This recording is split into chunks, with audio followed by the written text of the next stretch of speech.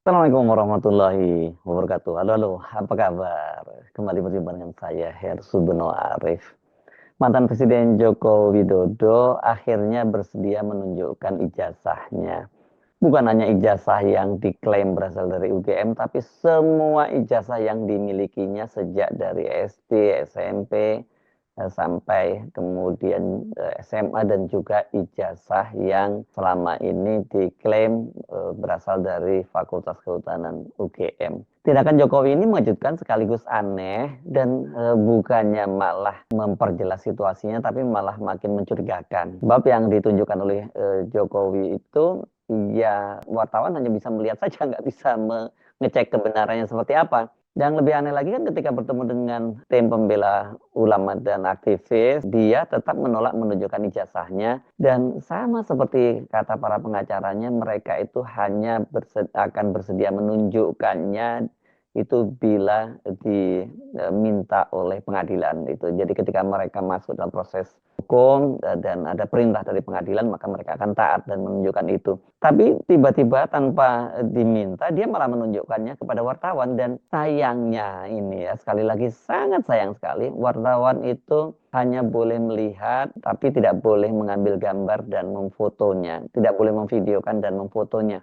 Ini perlengkapan atau bahkan bisa disebut senjata utama wartawan, yakni kamera termasuk handphone sekarang karena memang lebih banyak menggunakan smartphone gitu ya, tidak boleh dibawa masuk. Mereka itu kalau disebut kejauhan tapi nggak terlalu jauh, tapi pokoknya berjarak ya, tidak bisa mendekat apalagi menelitinya.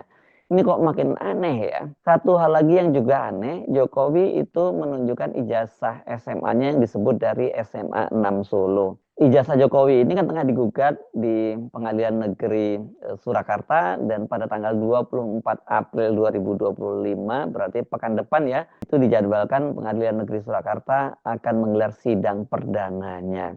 Ini saya bacakan dari salah satu media ya, karena banyak sekali media yang memberitakannya, tapi ya kalau televisi nggak bisa mengambil gambarnya, wartawan juga nggak bisa menunjukkan fotonya ya. Nah, ini saya baca di tempo.co.id ya. Momen itu terjadi sebelum kedatangan massa dari tim pembela ulama dan aktivis TPUA di kediaman Jokowi. Saat itu sejumlah awak media yang berada di depan rumah dari disebut ayah Wakil Presiden Gibran Rakabuming itu dipersilahkan masuk ke dalam oleh ajudan Jokowi. Namun sebelum masuk ke dalam rumah, para wartawan diminta untuk mengumpulkan ponsel atau kamera di depan dan tidak dibawa ke dalam. Ini Jokowi udah kayak zaman dia masih presiden ya, ada wartawan yang mangkal di istana. Sekarang jadi mangkal di Istana Kutai Utara ya, di kawasan Sumber Solo. Ini istana-istanaan ya.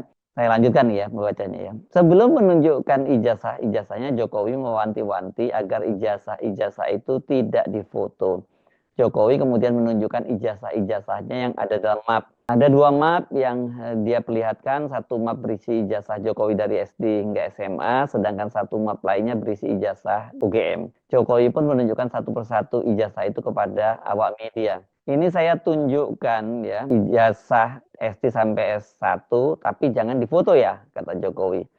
Ijazah pertama yang ditunjukkan oleh Jokowi adalah ijazah SMA Negeri atau SMAN 6 Surakarta Solo. Selanjutnya dia menunjukkan ijazah SMP Negeri 1 Surakarta serta ijazah SD Negeri Tirtoyoso Surakarta. Terakhir Jokowi menunjukkan ijazah dari Fakultas Kehutanan UGM. Map yang di dalamnya ada ijazah UGM terlihat tulisan UGM, di setiap ijazah terlihat pas foto Jokowi sesuai dengan jenjang sekolahnya. Di ijazah UGM tampak foto Jokowi mengenakan kacamata. Saya baru memutuskan untuk memperlihatkan kepada Bapak Ibu. Baru tadi malam, kata Jokowi kepada wartawan. Jokowi sempat berkelakar dengan mengatakan bahwa map untuk menyimpan ijazah SD hingga SMA miliknya itu tidak asli.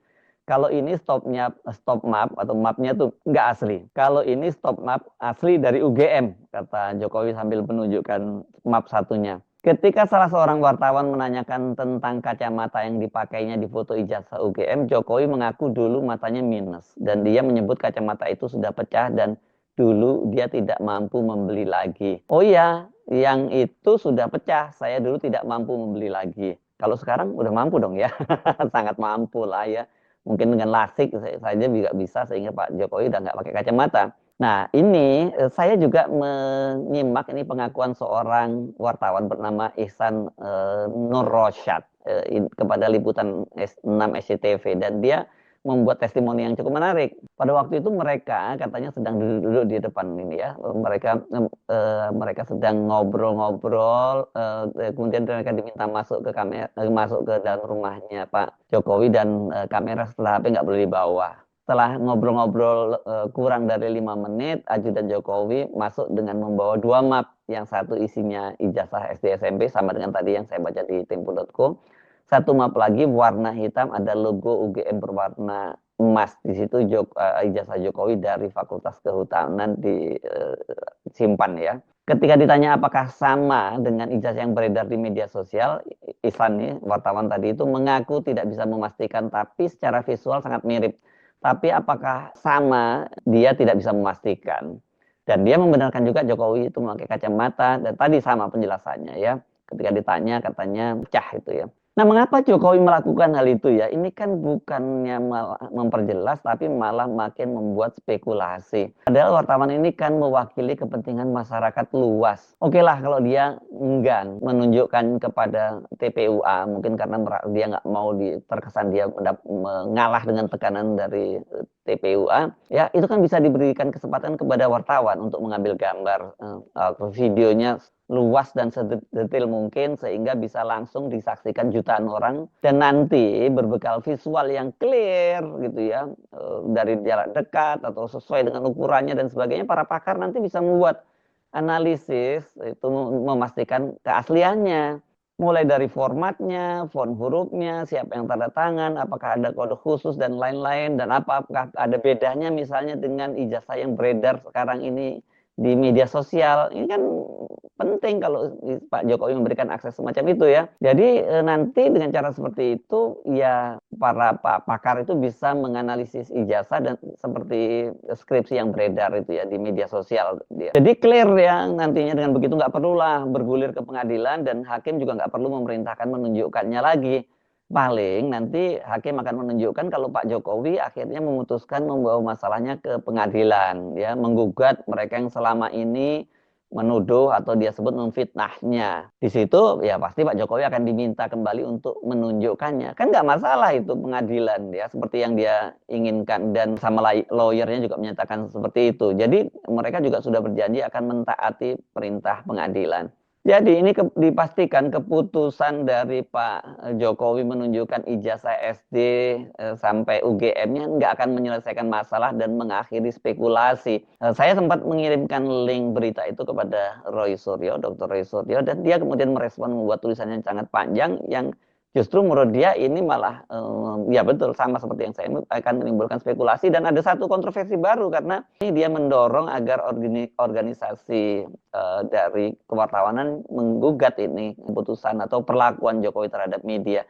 Karena dengan cara seperti ini memang terkesannya tricky ya. Dia cuma memanfaatkan wartawan untuk kepentingan dia, tapi wartawan yang harusnya bertugas dia mewakili kepentingan publik itu tidak diakomodasi. Ini kan memang perang persepsi saja yang dibuat oleh Jokowi. Ini loh, gua udah nunjukin. Siapa bilang gua nggak nunjukin? Kan kira-kira itu.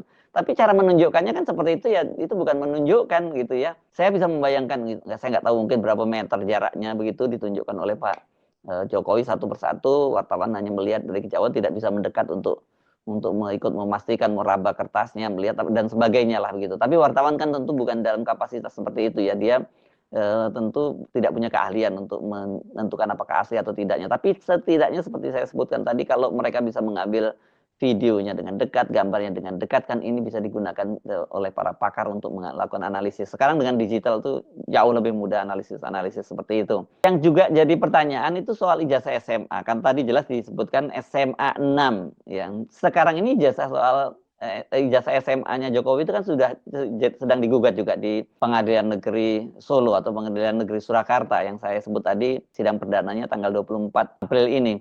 Yang menggugat itu adalah seorang pengacara senior yang dia presiden dari Asosiasi Hukum Pidana, ya ahli hukum pidana Indonesia, Dr. Muhammad Taufik SHMH, yang dia menyatakan bahwa SMA 6 itu baru tahun 1986 berdirinya. Jadi sebelumnya ya namanya SMPP kata dia.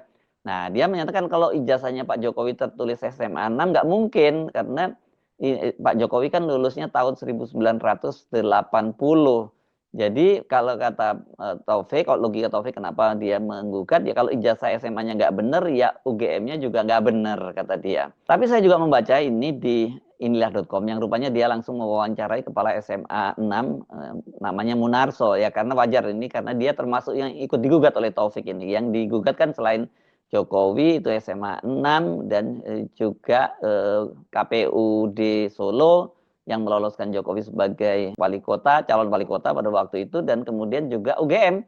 Karena tadi kalau ijazah SMA-nya katanya dia mendapat informasi dari seorang teman tertulis di UGM bahwa di dokumen UGM disebutkan bahwa dia lulusan SMA 6 Solo. Kepala SMA 6 Munarso, SMA 6 Solo ya, 6 Romawi ini hurufnya, kepada inilah.com dia menyatakan bahwa dia menjamin tidak ada rekayasa ijazah SMA Jokowi itu, karena semua dokumennya masih lengkap gitu, bahwa Jokowi benar murid dari SMPP yang kemudian berganti nama menjadi SMA 6. Ini karena berdampingan dengan SMA 5, kemudian sesuai urutannya jadi SMA 6. Dan Jokowi itu masuk tahun 1977, baru lulus tahun pertengahan ya, semester ya ini pertengahan tahun 1980. Karena pada waktu itu kan ada penyesuaian. Jadi sekolah waktu itu 3,5 tahun ya, bukan 3 tahun. Saya juga sempat mengalaminya itu, tapi di SMP-nya ya. Selisihnya kan 2 tahun lah saya dengan Pak Jokowi. Itu Pak Jokowi lulus tahun 80, saya tahun 82. Di ijazahnya tertulis SMPP dengan keterangan SMA 6. Dan Munarso menjelaskan SMPP berubah menjadi SMA 6 itu tahun 1985, bukan 1986. Ini saya membaca juga beberapa keterangan sebelumnya juga menyebutkan bukan tahun 86. Tapi kalau Muhammad Taufik tadi mengaku dia mendapat keterangan dari teman sekolahnya Jokowi itu tahun 1986. Hati-hati nih Pak Taufik ya, karena di hukum detail semacam ini, gugatan yang salah ini nanti bisa menggugurkan ya, ini kan bisa diserang oleh pengacaranya Pak Jokowi, bagaimana dia sendiri tidak akurat gitu ya. Nah, tapi yang menarik juga itu tadi bahwa tertulis SMPP dengan keterangan SMA 6. Kapan itu diberikan keterangan itu? Berarti belakangan ya, kalau seperti pengakuan Pak Munarso kan Pak Jokowi itu lulus tahun 86, masih SMPP, dan berubah menjadi SMA itu tahun 85. Jadi apakah keterangan itu diberikan setelah itu gitu? Yang ini menurut saya juga harus dibikin jelas ya. Sidang tanggal 24 April itu perlu dicatat bersamaan dengan gugatan SMK terhadap Wan Prestasi dari seorang anak muda bernama Aufa Lukmana Rea. Dia ini, si anak muda ini mengaku dia menggugat Jokowi karena dia mau membeli SMK. Ini mau katanya untuk niat, untuk usaha dia, bisnisnya. Ini berarti kalau ini pickup ya, bukan SUV kalau untuk bisnis ya. Tetapi ternyata dia nggak bisa dapatkan itu gitu. Dia sempat datang ke pabrik SMK juga, katanya pabrik SMK-nya sepi. Nah, dia menilai Jokowi Wan Prestasi dan dia menggugat untuk membayar kerugian dia sebanyak 300 juta. Kenapa? Dengan asumsi satu mobilnya itu seharga 150 juta kali 2 mobil berarti 300 juta. Tapi ini saya menyimak di akun media sosialnya Muhammad Taufik yang pengacara senior yang sedang menggugat ijazah Pak Jokowi itu, dia mengingatkan soal gugatan dari Aufa Lukmana ini, karena dia mencurigai ini bagian dari skenario-nya Jokowi untuk agar kasus tersebut kemudian jangan digugat lagi. Karena dalam hukum kan ada nebis id idem, jadi tidak boleh ada satu kasus yang sama itu kemudian diadili kembali, kecuali kalau ditemukan novum baru. Karena ini kalau soal menggugat Wan Prestasi SMK ini banyak banget ya yang bisa menggugat ini, setidaknya kalau kita menggunakan data yang diungkap oleh Pak Jokowi tahun 2012 itu katanya waktu itu ada 6.000 orang yang sudah memesan SMK, dan kalau pada waktu itu ketika diwawancari di Metro TV kepada wartawan senior Suryo Pratomo atau Mas Tommy, ini saya memanggilnya, sekarang jadi duta besar Republik Indonesia di Singapura. Kalau Mas Tommy nanti pesan katanya bisa 2-3 tahun lagi lah baru dapat, itu kata Pak Jokowi. Pada waktu itu pede banget orangnya ini memang, kalau ngomong nggak bener gini, tapi kok orang yang lihatnya pasti yakin gitu kan. Karena refleksinya tanpa dosa dia menyampaikan itu ya. Jadi kalau ini mereka yang nanti ini menuntut, ini bisa banjir tuntutan Pak Jokowi. Dan saya tahu salah satunya yang bisa punya legal standing untuk menuntut itu adalah Roy Suryo, karena dia termasuk termasuk yang awal-awal memesan atau menginden SMK ini. Pada waktu itu nilainya berapa dia? 170 juta atau berapa kalau tidak salah ya. Bahkan Roy Suryo kan belakang mengaku bahwa dia termasuk yang mendorong itu agar dilakukan uji emisi atau tes emisi ke Jakarta. Bahkan dia bela-belain itu sampai menyetir mobil itu bersama dengan wakil wali kota Solo waktu itu FX Hadi Rudiatmo ini ya. Dan baru kita tahu belakangan kan ini hanya untuk kampanye politik Jokowi, karena setelah itu dia jadi tokoh nasional, jadi perbincangan nasional, banyak disorot, dan karirnya tidak tertahankan.